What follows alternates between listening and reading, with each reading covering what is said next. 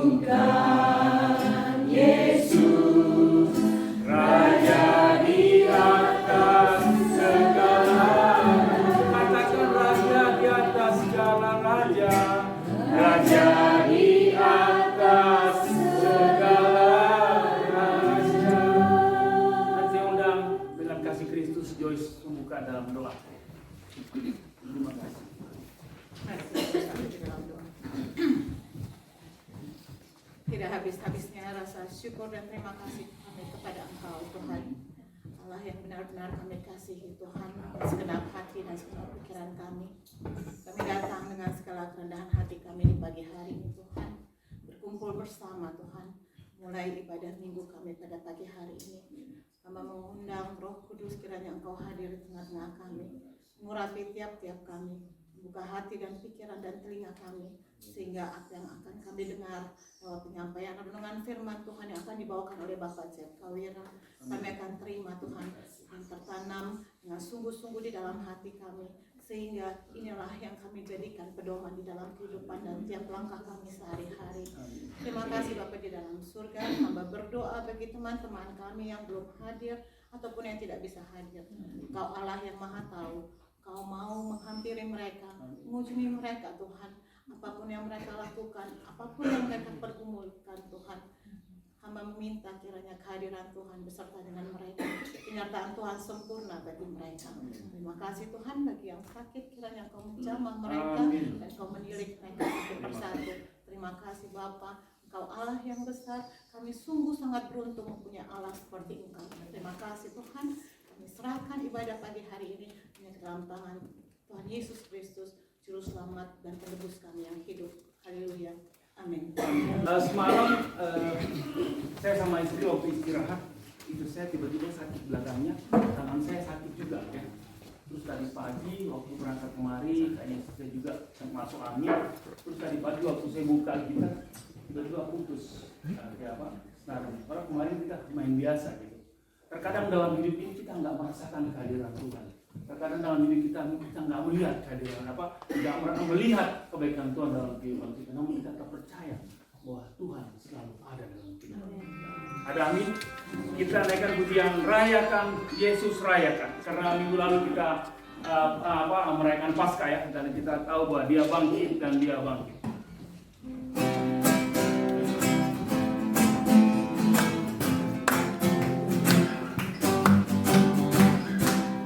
Rayakan Yesus rayakan.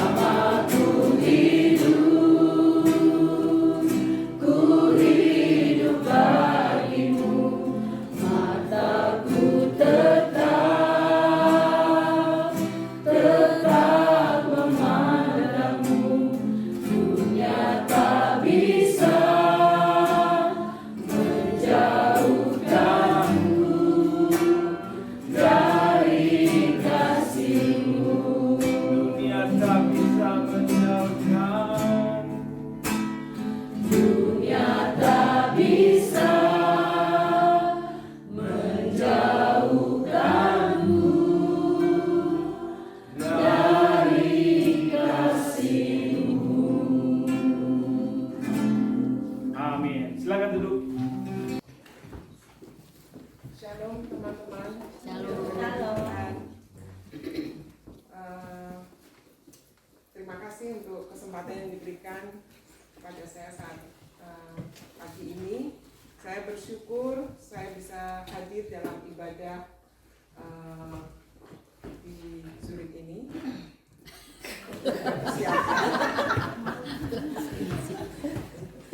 Tadi dalam perjalanan Bro Fari juga menanyakan Mbak nanti mau kesaksian. Saya bilang kayaknya saya nggak siap gitu ya. Dengan peristiwa yang di awal tahun, mungkin teman-teman sudah tahu kalau suami saya mendadak sakit. Kemudian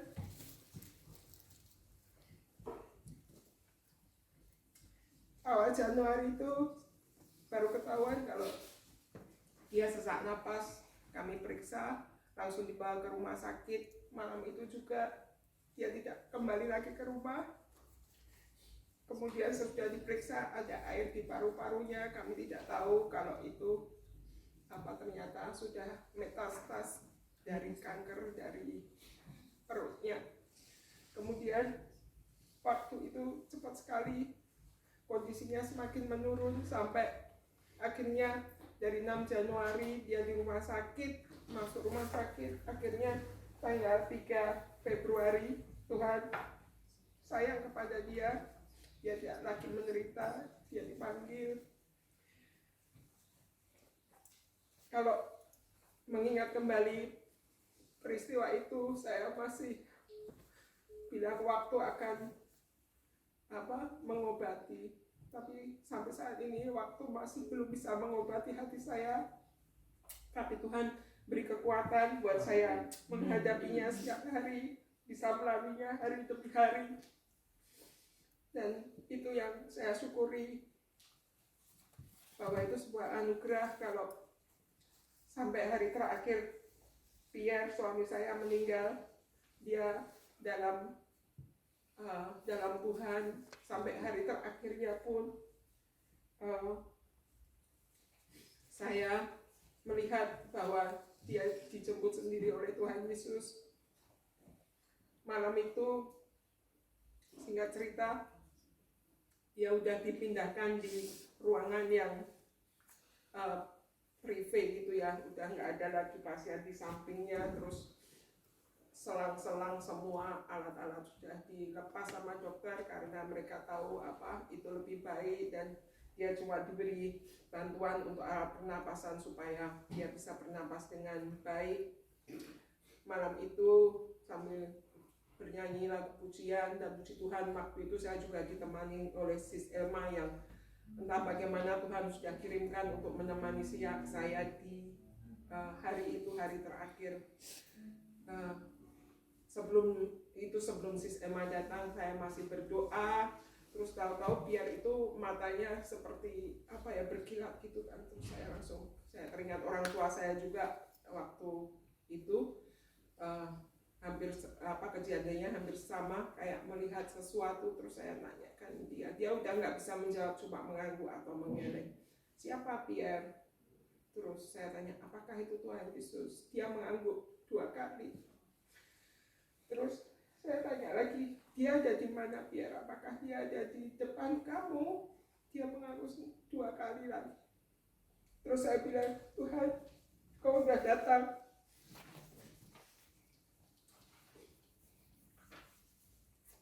Rangkul Pierre, dia sudah menerima kesembuhan ilahi yang daripadamu. Saya bilang, Pierre, kamu sudah sembuh. Aku nggak apa-apa.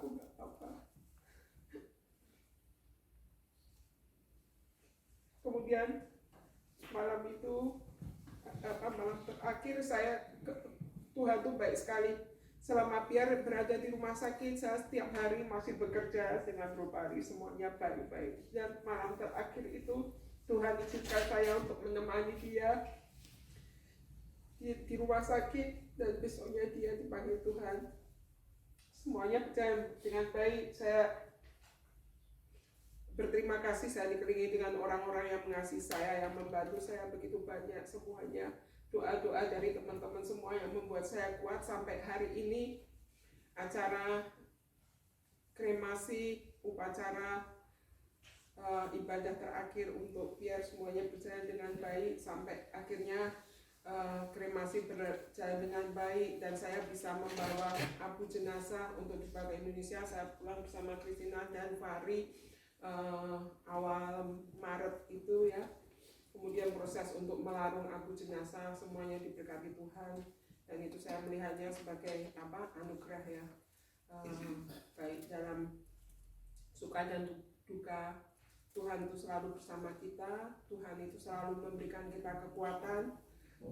Tinggal bagaimana kita meresponnya. Saya sendiri sebenarnya saya mau merespon ini untuk bersaksi itu saya masih berat ya. Saya selalu jadi mewek, jadi seperti ini. Tapi ya itu saya masih kadang masih kok bisa gitu. Tapi saya tahu itu saya tidak akan tahu jawabannya karena yang memberi hidup adalah Tuhan dan Tuhan telah memberikan yang terbaik buat saya dan ya sampai saat ini saya ada di sini. Saya bersyukur bahwa Dia memberi kekuatan dan Dia selalu bersama dengan kita. Amin. Terima kasih.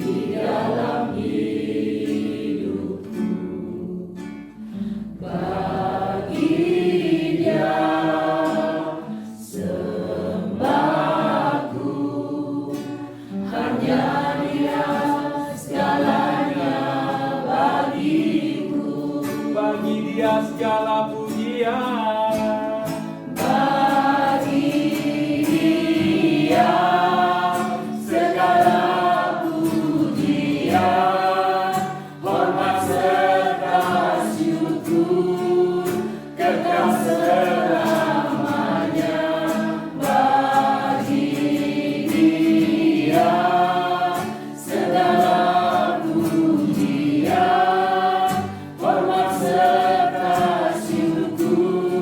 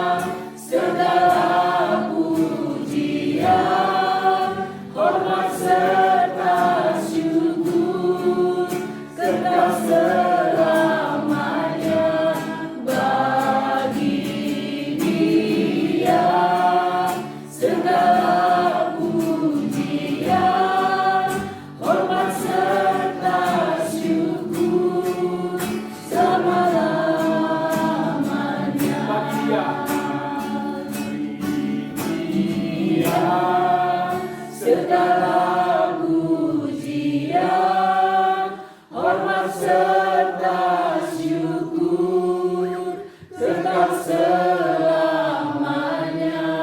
bagi Dia. Segala pujian, hormat serta syukur, selama-lamanya.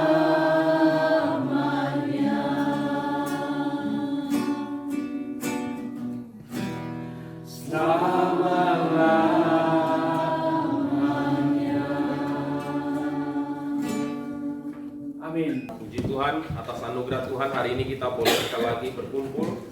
Saya senang bisa berada di sini bersama dengan Bapak Ibu Saudara sekalian. Dan hari ini kita akan merenungkan satu tema, yaitu hidup menjadi murid Kristus. Tapi sebelum kita masuk lebih jauh, mari kita berdoa. Bapa di dalam sorga, kami sekali lagi mengucap syukur Tuhan mengumpulkan kami diberikan anugerah demi anugerah, sehingga hari ini kami boleh sekali lagi bersama-sama saudara seiman merenungkan firman Tuhan. Dan biarlah Tuhan sendiri yang berbicara dalam hati kami, dan kami bukan hanya menjadi pendengar firman, tapi kami menjadi pelaku firman Tuhan. Berikan kami anugerah-Mu ya Tuhan, untuk kami boleh menjalani hidup kami sebagai murid yang sejati, orang-orang yang mengikut Tuhan kemanapun Engkau menentukan kami untuk pergi. Terima kasih Bapa dalam surga, dalam Tuhan Yesus Kristus kami berdoa. Amin. Amin. Mari kita membuka Alkitab kita dari Matius pasal yang ke-8. Kita akan melihat dari ayat 18 sampai ayat yang ke-22, tapi kita akan baca ayat 18 sampai 20 dulu. Matius pasal 8 ayat 18 sampai 20. Saya akan bacakan buat kita sekalian. Ketika Yesus melihat orang banyak mengelilinginya, Ia menyuruh bertolak ke seberang. Lalu datanglah seorang ahli Taurat dan berkata kepadanya, "Guru, aku akan mengikut engkau kemana saja engkau pergi." Yesus berkata kepadanya, "Serigala mempunyai liang dan burung mempunyai sarang, tetapi Anak Manusia tidak mempunyai tempat untuk meletakkan kepalanya." Nah, Bapak Ibu Saudara sekalian, apa yang sebenarnya akan kita bahas hari ini? Sebelum kita masuk lebih jauh, saya akan ajak kita merenungkan ya, bahwa apapun yang kita kerjakan dalam hidup ini, itu ada harga yang kita harus bayar. Ambil contoh seperti ini ya. Kalau kita menjadi seorang pelajar, kita harus kerjakan apa sebagai seorang pelajar? Kita harus belajar baik-baik. Ada ujian, ada naik tingkat, naik kelas. Kita akan menghadapi ujian demi ujian. Ini harga sebagai seorang murid. Kalau kita seorang atlet bela diri, ada harga yang kita harus bayar. Apa itu? Ya pasti kita bisa babak belur ya. Babak belur karena kena tendang dan seterusnya. Kalau kita menikah, segala sesuatu ada hal yang kita korbankan demi kita menjalankan profesi demi profesi.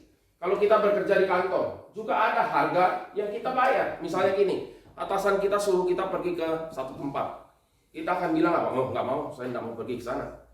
Itu kita tidak bisa lagi bekerja di sana. Dan kalau kita bekerja, tentu kita akan ikut kemana perusahaan itu menyuruh kita.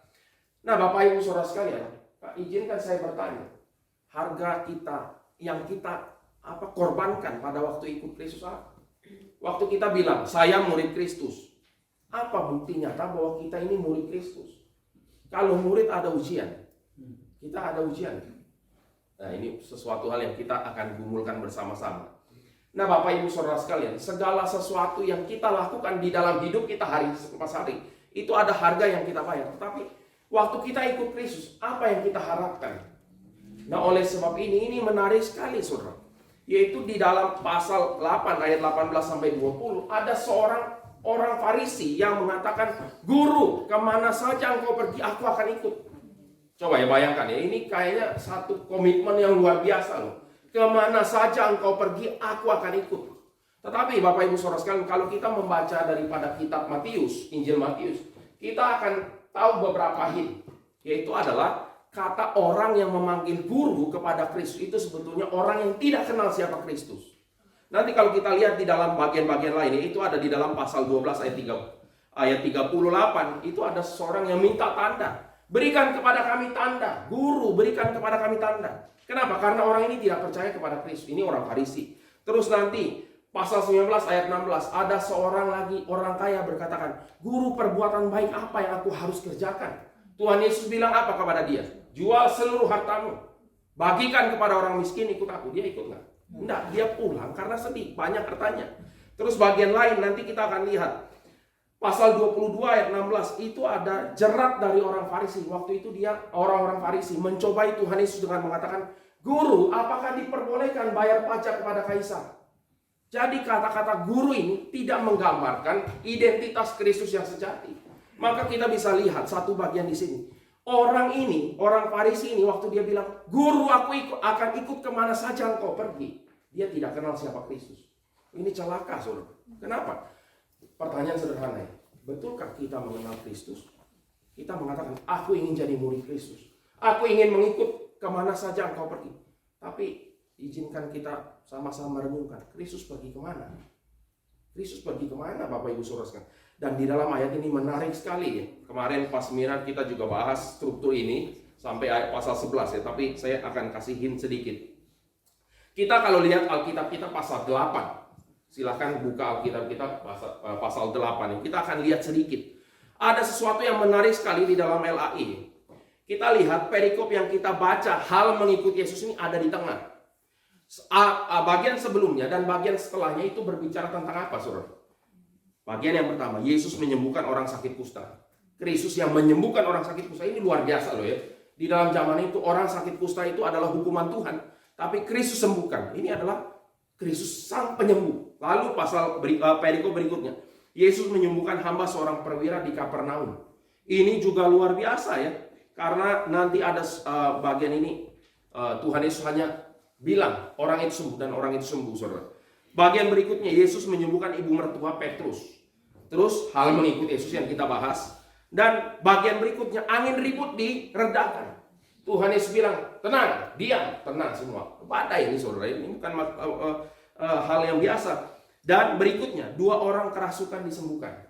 Jadi kalau kita lihat, saudara, bagian di mana ada orang yang mengatakan, "Guru, aku akan ikut kemana saja engkau pergi," itu bagian yang bagaimana, saudara? Orang ini kenal Yesus, Yesus yang bagaimana? Sederhana, saudara, jawabannya. Orang ini hanya mengenal Kristus yang spektakuler. Kristus penyembuh. Kristus yang mampu mengendalikan angin ribut. Kristus yang dapat menyembuhkan orang kusta, mengusir setan. Ini siapa? Pertanyaannya, siapa yang tidak mau ikut orang yang begini, saudara? Semua orang mau, saudara. Ikut Kristus yang seperti ini. Ikut Kristus yang menyembuhkan. Kalau ada kesembuhan, ikut Yesus nggak? Mau, saudara. Ada kesuksesan, ikut Yesus nggak? Ikut. Ada setan bisa diusir, ikut Yesus nggak? Ikut, saudara.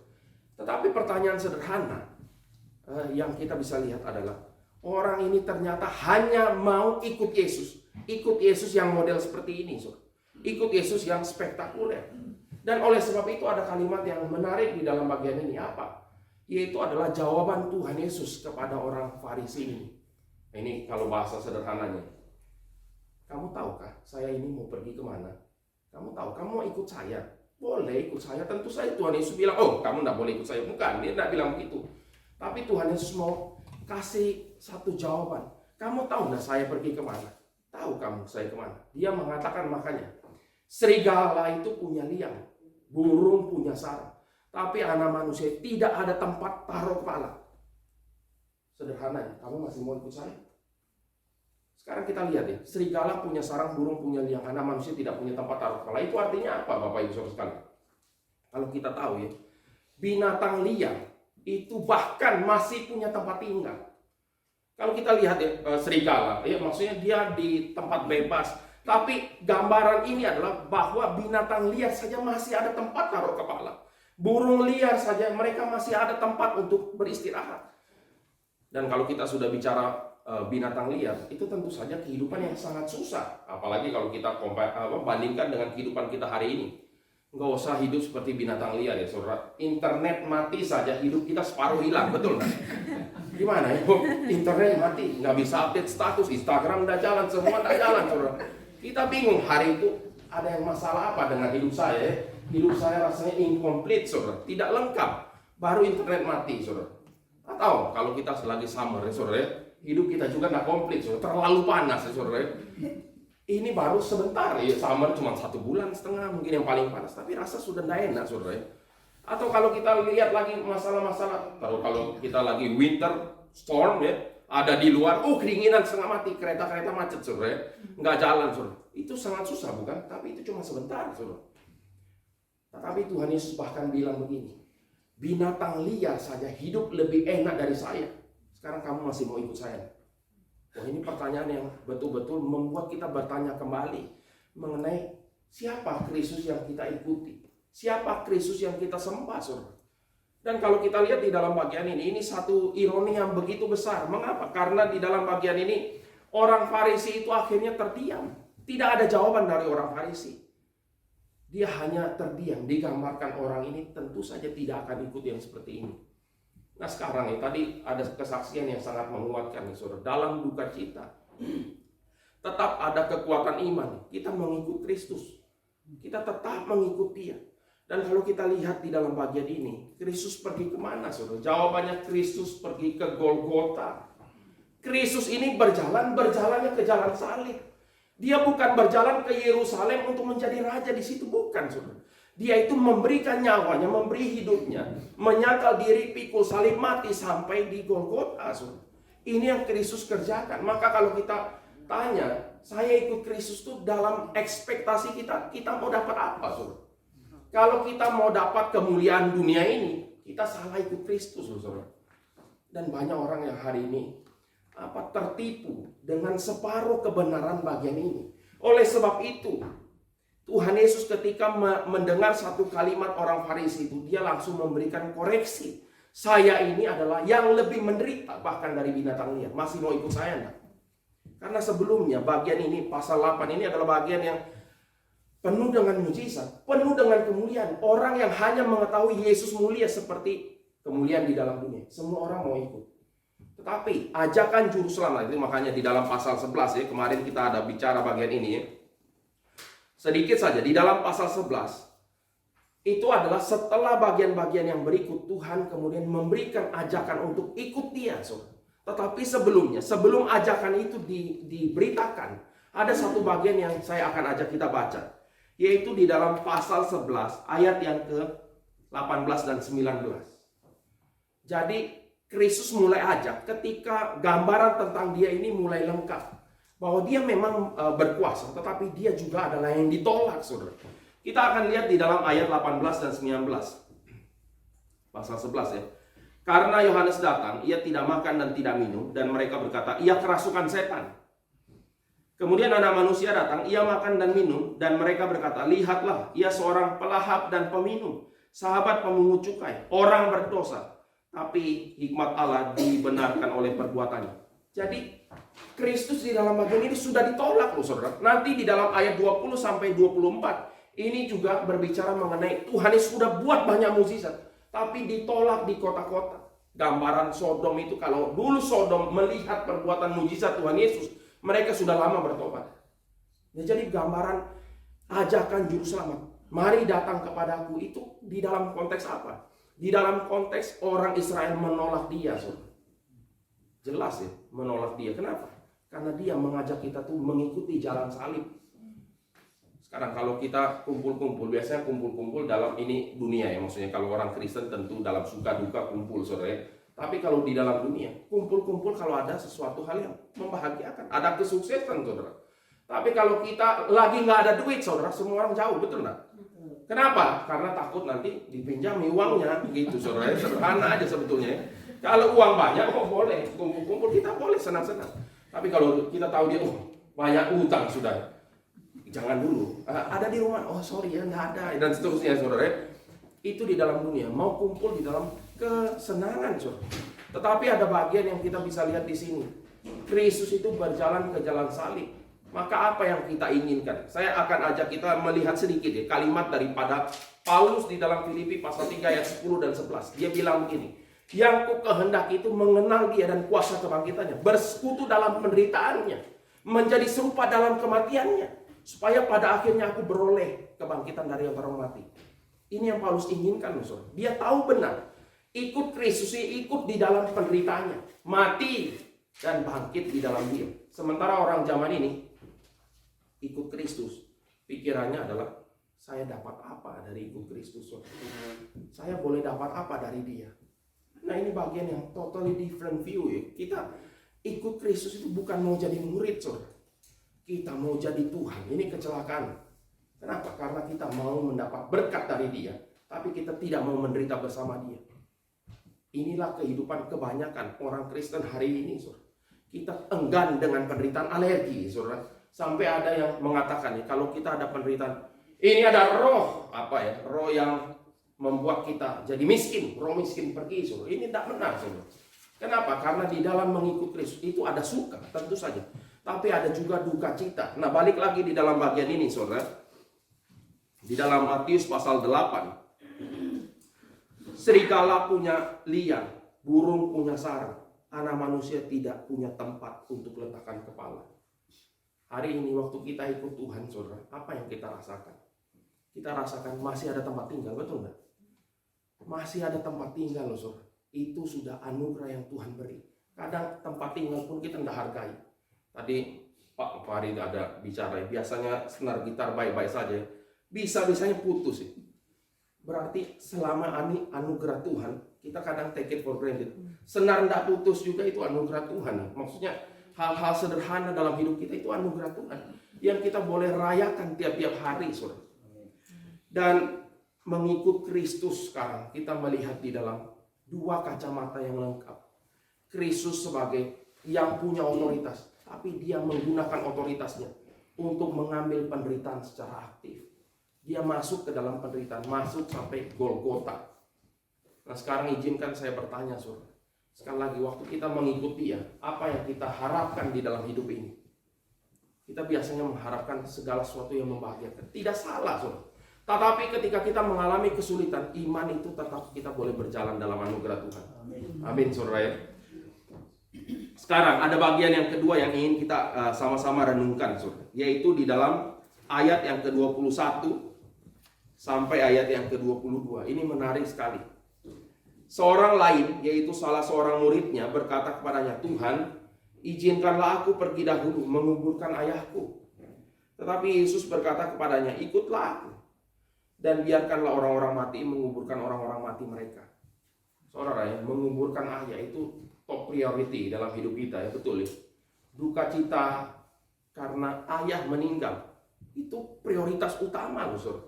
Tapi Tuhan Yesus mengatakan bahkan orang tua yang mati itu tidak lebih penting daripada kamu ikut saya. Tapi kita jangan salah pikir ya, akhirnya orang tua mati dibiarkan saja. Bukan itu poinnya, saudara, bukan ya. Sekali lagi jangan salah paham ya. Tetapi di sini digambarkan bahwa ikut Kristus jauh lebih penting daripada segala sesuatu. Kadang-kala yang kita lakukan sebagai murid Tuhan, kita meletakkan prioritas ikut Tuhan itu yang paling belakang, saudara. Yang paling belakang, yang lain itu nomor satu. Misalnya, ya gimana ya contohnya, saudara? Kalau bos telepon suruh kita pergi misi bukan mission trip ya, itu pelayanan, saudara, tapi bisnis trip ya tepatnya, saudara. Bisnis trip kita akan pergi, saudara. Hari Minggu juga pergi, hari apa juga pergi, ada pelayan yang tinggal. Pelayan nomor 2, saudara. Tetapi di dalam bagian ini kita bisa melihat ya, prioritas paling utama itu ikut dia, dan orang yang tidak memprioritaskan dia itu tidak layak ikut dia, saudara. Ini sesuatu yang kita perlu belajar, saudara. Karena dalam hidup ini banyak prioritas, dan kalau di Eropa prioritas utama biasanya keluarga, saudara ya. Keluarga itu nomor 1. Ada hari libur yang dipikirkan keluarga. Bukan salah, maksudnya tidak salah yang pikirkan keluarga, jangan salah paham, saudara, tentu saja. Tetapi bagian ini kita boleh renungkan kembali. Sebetulnya waktu kita ikut dia, kita menempatkan Tuhan tuh di mana di dalam hidup kita? Apakah dia itu top prioritas kita atau bukan? Dan di dalam konteks pada zaman itu, menguburkan ayah itu bisa ambil berbulan-bulan orang Yahudi, saudara. Dan ada penafsir yang mengatakan mungkin ayahnya itu belum meninggal, tetapi sudah lanjut usia, dan bagi orang Yahudi itu adalah kewajiban bagi seorang anak untuk kuburkan ayahnya. Jadi dia bisa delay berbulan-bulan untuk tidak mengikuti Yesus, saudara. Dan di dalam bagian ini sesuatu hal yang tidak layak, saudara.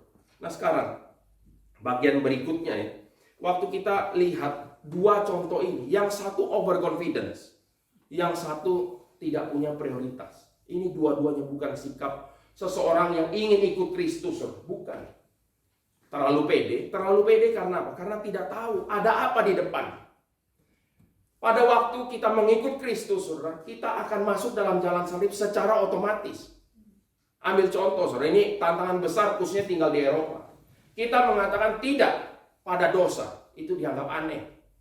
Dianggap aneh, zaman segini, hari ini kamu menolak kumpul kebo. Come on, ya, kayak gitu ya saudara ya. Come on, ini kayak sudah sehari-hari orang semua kumpul kebo. Kamu masih jaga kesucian. Kamu masih tidak melakukan pergaulan bebas. Zaman ini zaman 21, abad 21. Ini orang semua sudah bisa ganti gender dan seterusnya, saudara. Udah nggak karu-karuan, saudara. Kita mengatakan tidak, kita dipolisikan. Ya kayak gitulah kira-kira, saudara. Ini tantangan hidup kita, saudara. Anak-anak dari kecil sudah diajarkan bagaimana pergaulan bebas, bagaimana supaya aman, dan bagaimana itu yang diajarkan. Waktu kita mengatakan tidak. Waktu kita sebagai seorang pemuda remaja atau teenagers gitu ya saudara, kita mengatakan saya tidak mau kumpul kebo, itu kita pasti dipandang aneh saudara. Hari ini kita juga mengatakan tidak pada dosa, itu juga dipandang aneh. Jadi waktu ikut Yesus saudara, kita bukan cari-cari penderitaan saudara. Kita bukan orang masokis ya, makin menderita rasa kayaknya makin layak itu Tuhan, bukan saudara ya. Tetapi kita adalah pada waktu kita memegang iman kita akan banyak mengalami penderitaan. Bagaimana saudara? Kita siap untuk ikut Tuhan meskipun dalam penderitaan, menyatakan iman kita. Hari ini orang-orang yang pro kepada LGBT itu di mana-mana saudara. Kita bagaimana? Kita diam saja saudara. Orang banyak yang masuk jurang ke dalam kematian yang kekal. Bagaimana? Atas nama toleransi kita tidak lagi bicarakan mengenai agama di dalam publik. Kita diam saja saudara. Ya ini kan saya menghargai kamu. Kamu mau pilih apa ya silakan. Ini tidak masuk akal loh saudara. Orang ada di depan jurang, saya mau masuk jurang, silakan. Ada orang mau bunuh diri, kamu mau bunuh diri, ya nggak apa-apa, silakan. Tidak masuk akal saudara. Tetapi inilah society kita hari ini, silakan kamu mau kemanapun. Saya nggak ngomong apa-apa karena saya menghargai kebebasan pendapat. Itu kan tidak masuk akal saudara. Inilah society kita hari ini. Ini bukan society yang baik saudara. Kelihatannya baik-baik saja. Tapi ini begitu rapuh. Di manakah orang yang mengikut Kristus? Ini adalah bagian panggilan kita untuk menyatakan iman kita. Meskipun akan ada penderitaan. Ini yang pertama, saudara. Tetapi satu lagi tadi yang prioritasnya tidak ikut Tuhan. Itu satu bagian yang Tuhan ajarkan kita untuk pelan-pelan meletakkan Tuhan menjadi yang paling utama. Jadi, saudara, kemana kita pergi? Yaitu adalah kemana Kristus pergi. Dan kalau kita lihat murid-murid ini menarik ya. Pada waktu Kristus ke bukit, mereka juga naik ke bukit ya. Meskipun ngantuk-ngantuk dan ngerti, mereka tetap berdoa. Lalu pada waktu Yesus pergi ke danau, kena badai, mereka nyawanya terancam ya, karena kapal mau karam. Ini gambaran ikut Yesus saudara. Lalu waktu Kristus tegur orang Farisi, celakalah kamu ahli Taurat dan orang Farisi dan seterusnya ya. Nyawa murid-murid juga ikut terancam. Mereka juga dibenci, saudara.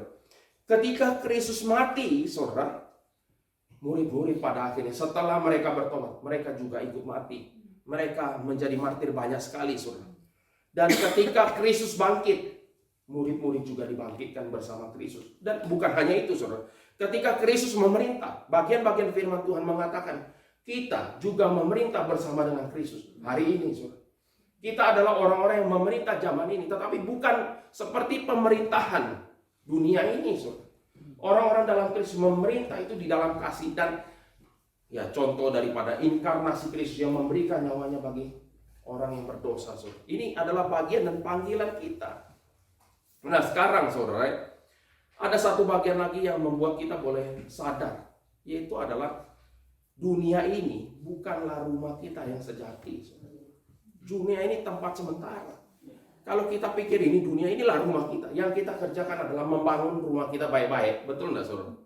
Kita akan bangun rumah kita.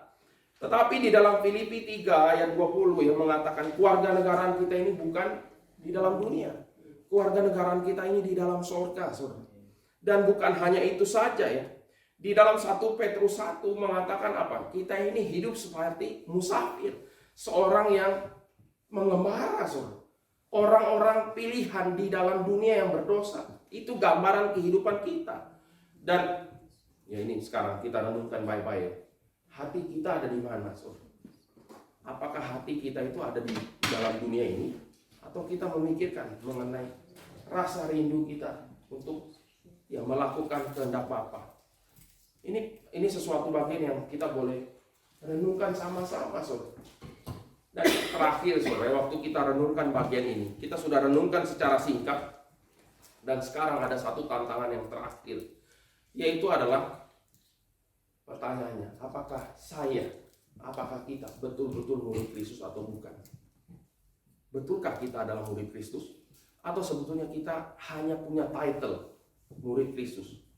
Atau kalau di Indonesia paling cocok ya istilah ini ya, Kristen KTP. Di sini KTP nggak ada identitas agama apa kan, saudara. Di sini cumanya ketahuan kayak ini, orang Kristen kapal selam ya, saudara. Kapal selam itu apa? Pasca muncul, tenggelam lagi, Desember Natalan muncul lagi ya, saudara. Itu Kristen kapal selam, mungkin ide terminologinya seperti ini. Tetapi kalau di Indonesia ada namanya Kristen KTP, saudara. Hanya di identitas saja Kristen. Tetapi yang dilakukan sehari-hari bukan berdasarkan firman Tuhan. Saya mencontoh praktis sehari-hari supaya ini bagian boleh kita renungkan lebih jauh di kemudian hari. Pada waktu kita mau ambil keputusan, caranya bagaimana? Biasanya ya, kalau pekerjaan kita akan ambil keputusan lebih sederhana. Kalau gajinya tinggi, kita lakukan, saudara. Betul nggak? Meskipun ada di mana tempatnya ya, saudara, gajinya dulu. Kalau gajinya itu kecil, ya itu sudah tidak dipikirkan lagi. Tapi kalau gajinya besar, di tempat manapun boleh, saudara. Boleh, kenapa? Karena yang paling penting itu terlepas dari pekerjaannya apa. Kita udah tidak pikirkan lagi, saya dapat jadi berkat nggak di situ. Saya boleh bertumbuh nggak di sana. Ada gereja nggak di situ. Bagaimana saya punya pertumbuhan spiritual di sana, bagaimana? Kita tidak pikir itu. Yang kita pikirkan adalah bagaimana saya bisa dapat uang lebih banyak. Nah kalau demikian, saudara, sebetulnya kita adalah murid Kristus atau bukan di dalam pengertian pengambilan keputusan tiap hari. Atau kita waktu mau kuliah, saudara, kita mau kuliah pilihnya apa? Ini saya suka, ini tidak suka. Ini menghasilkan uang, ini tidak. Ini lebih keren atau ini tidak, saudara. Orang yang tidak kenal Tuhan bisa ambil keputusan yang sama persis dengan apa yang kita ambil. Karena apa? Karena kita ambil keputusan bukan keputusan di dalam kacamata mengikut Kristus, saudara.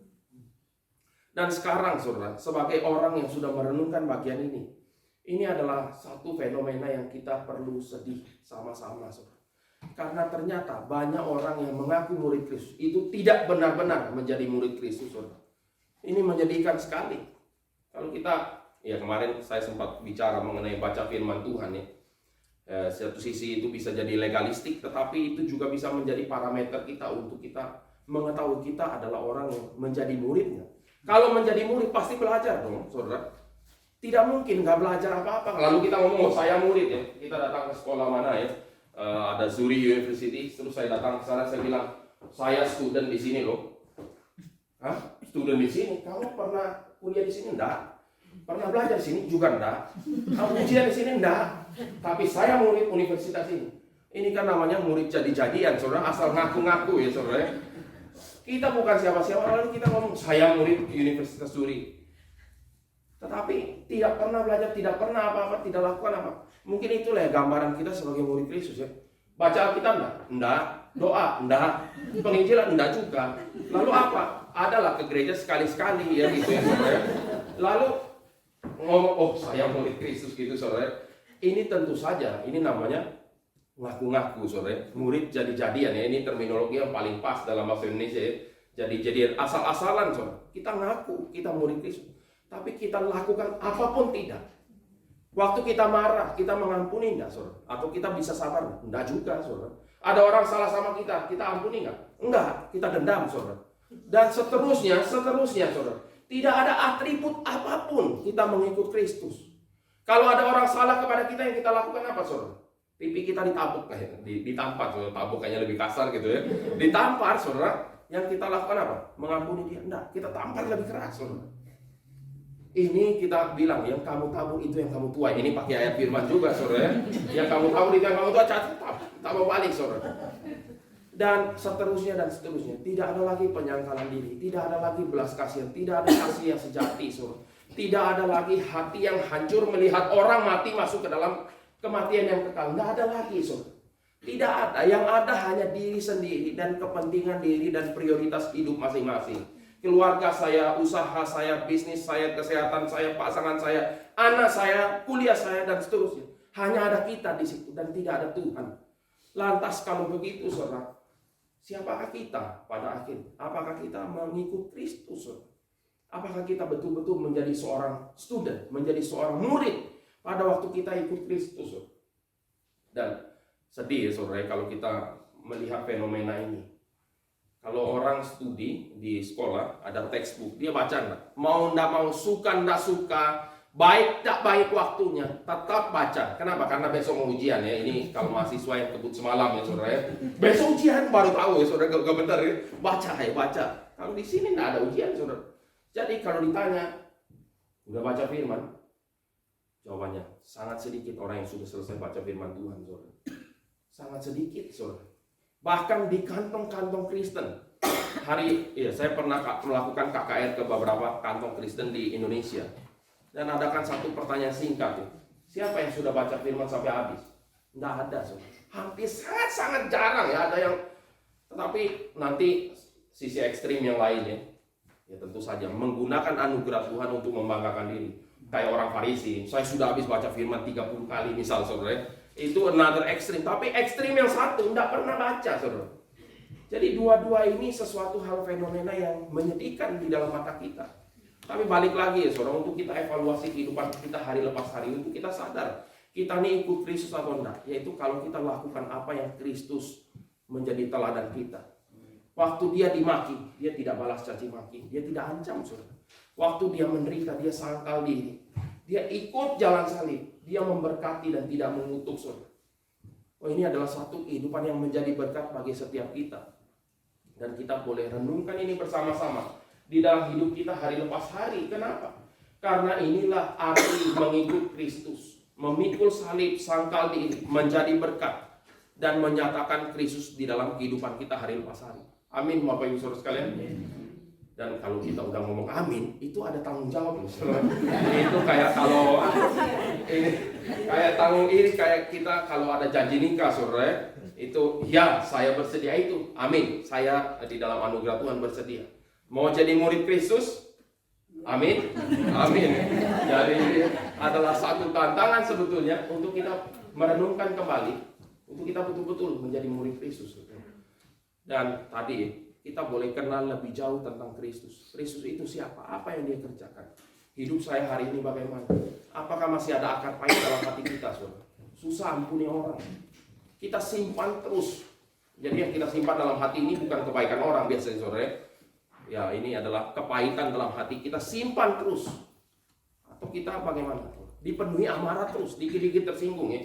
Senggol dikit bacok ya, itu kalau istilah Indonesia lagi ya. Singgung dikit bacok ya, marah terus. Ada apa sebetulnya? Kenapa bisa ada satu sensitivitas yang begitu? Orang lagi ngomongin orang lain, nggak dengar juga di jauh tempat. Kamu lagi ngomongin saya ya, ini agak GR saudara. Tapi itu bisa terjadi saudara. Dan ini tentu saja bukan kehidupan yang berbuah. Dan biarlah ya saudara, sekali lagi kita tahu bahwa mengikut Kristus itu adalah anugerah. Maka Tuhan ajak, marilah datang kepadaku, letih lesu berbondong. Ini kemarin kita bahas ya, saya tidak bahas lagi. Tapi ini adalah invitation Tuhan. Jadi ini adalah berdasarkan anugerah Tuhan kita menjadi murid Dia. Dan biarlah kita terus bersandar di dalam Kristus hari demi hari. Pada waktu mau lakukan sesuatu, ingat Dia saudara. Ingat apa yang Dia kerjakan bagi kita, yang memberikan nyawanya bahkan waktu kita masih menjadi musuh-musuh Allah. Inilah yang akan membuat kita mengikuti Dia tiap hari saudara. Relasi satu dengan yang lain di dalam kasih Tuhan. Mari kita berdoa.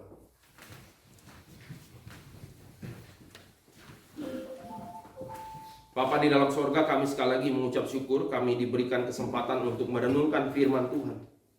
Kami mohon Tuhan di dalam kehidupan kami hari lepas hari, di mana kami mengaku sebagai murid Kristus, tapi kami tidak benar-benar menghidupi kehidupan sebagai murid Tuhan. Ampuni kami Tuhan. Kami yang mementingkan urusan di dalam dunia. Tuhan juga yang tilik hati kami ketika kami ingin mengikuti Yesus hanya untuk mendapat berkat-berkat Tuhan. Juga ampuni kami Seharusnya kami hanya menginginkan Engkau semata ya Tuhan. Kami Tuhan kiranya tolong berikan hati kami boleh makin bertumbuh dan makin mengasihi Tuhan dalam hidup kami. Sehingga kami juga boleh melihat pekerjaan Tuhan yang begitu besar, khususnya di dalam tempat ini Tuhan. Di dunia barat, di Eropa ini, banyak orang yang sudah meninggalkan Tuhan. Dahulu tempat ini adalah tempat menjadi pertumbuhan kekristenan di dunia. Tapi sekarang semua menjadi sepi. Kami tidak tahu apa yang terjadi, tapi kami tahu banyak orang yang tinggalkan Tuhan. Dan sedikit saja orang-orang yang bergiat untuk pekerjaan bagi kemuliaan nama Tuhan. Kami rindu kami dilibatkan Tuhan. Kami rindu kami boleh dibangkitkan jiwa kami untuk makin melayani Tuhan tiap hari. Mengikut Kristus, menyangkal diri kami. Sehingga hidup kami ini boleh menjadi satu korban, persembahan yang harum di mata Tuhan. Yang boleh memenangkan jiwa bagi orang-orang boleh kembali kepada Tuhan. Kami boleh menjadi saluran berkat Tuhan. Pakailah hidup kami yang sementara ini Tuhan. Kehidupan kami yang banyak kelemahan, kehidupan kami yang tidak sempurna. Tapi di dalam anugerah Tuhan, Tuhan yang sempurnakan hidup kami. Sehingga apa yang kami kerjakan boleh memuliakan Tuhan. Sekali lagi Tuhan, kami berdoa kiranya Tuhan selalu menguatkan kami di dalam setiap pergumulan, air mata, duka cita yang kami alami. Di dalam kami ikut Kristus, tapi biarlah Tuhan mengarahkan mata kami kepada pengharapan sejati dalam Tuhan. Terima kasih Bapa di dalam surga, dengar doa dan seru kami. Dalam nama Tuhan Yesus Kristus kami berdoa dan mengucap syukur. Amin.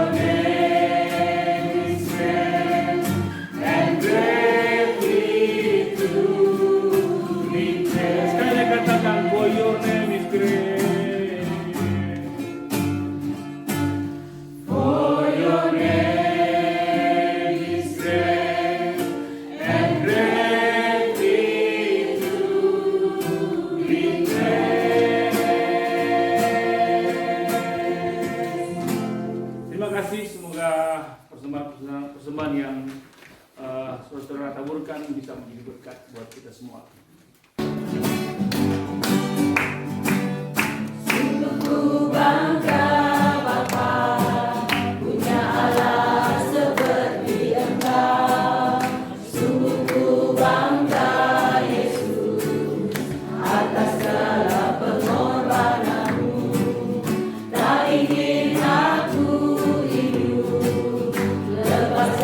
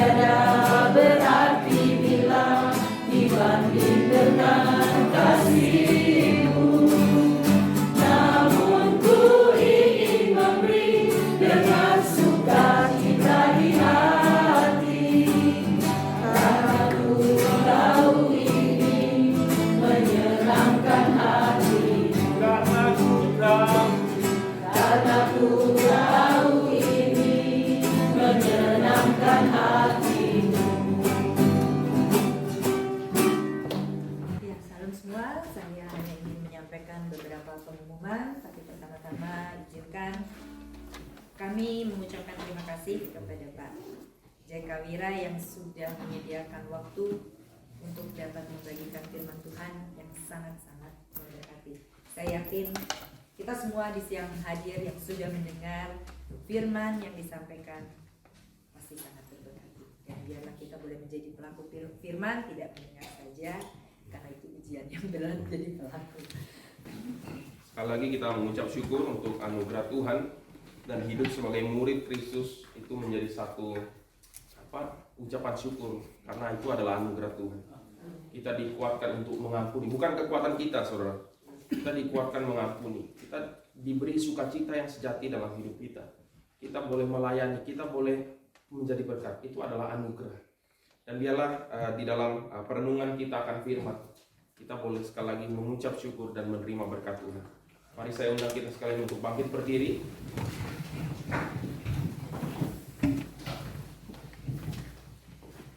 Bapak Ibu yang dikasihi Tuhan, arahkanlah hatimu dan terimalah berkat Tuhan. Tuhan memberkati engkau dan melindungi engkau. Tuhan menyinari engkau dengan wajahnya dan memberi engkau kasih karunia. Tuhan menghadapkan wajahnya kepadamu dan memberi engkau damai sejahtera. Amin. Mari kita sama-sama mengakhiri dengan kita menaikkan doa Bapa kami. Bapa kami yang di surga, dikuduskanlah namamu, datanglah kerajaan-Mu, jadilah kehendak-Mu di bumi seperti di surga. Berikanlah kami pada hari ini makanan kami yang cukup, dan ampuni kami akan kesalahan kami, seperti kami juga mengampuni orang yang bersalah kepada kami. Janganlah membawa kami dalam pencobaan, tapi lepaskanlah kami daripada jijik, karena Engkau yang punya kerajaan dan kuasa dan kemuliaan sampai selamanya. Amin.